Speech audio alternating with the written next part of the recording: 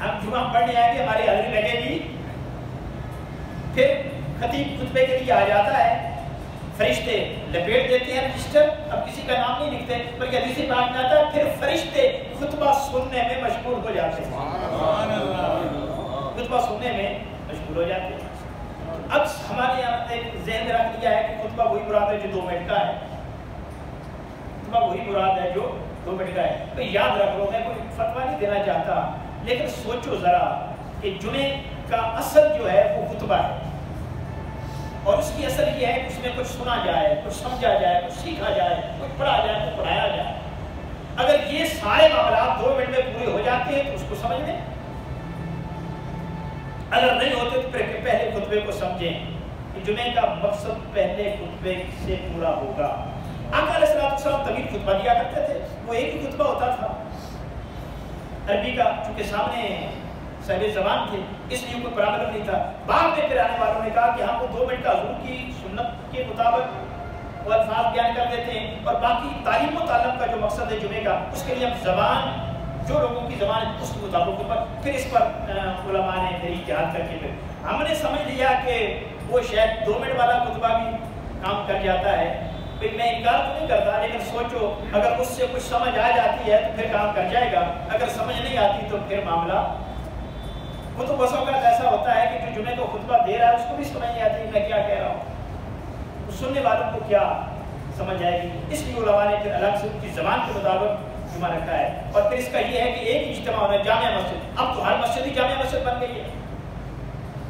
اصل فلسفہ یہ تھا کہ بہت بڑا اجتماع ہو، بدقسمتی سے ہم اس اجتماع کو پورا کرنے سے بھی قاصر ہو گئے۔ یہ ایران میں نے سنا ہے کہ آج بھی تہران میں ایک جمعہ ہوتا ہے اور لاکھوں کی تعداد میں وہاں پہ لوگ اکٹھے ہوتے ہیں، لاکھوں کی تعداد میں، اور جو ایران کا صدر ہے وہ خطبہ دیتا ہے۔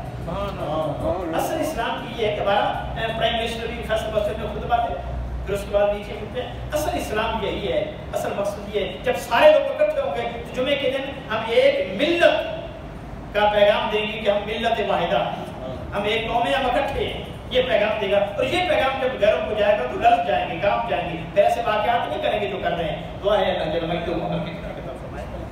یہ یوسف کمیٹی میں یہ گورنمنٹ کی طرف سے اسرائیل کے ساتھ فلسطین کے ساتھ اظہار یکجہتی کے لیے 3:30 بجے ریلی کا اہتمام ہے۔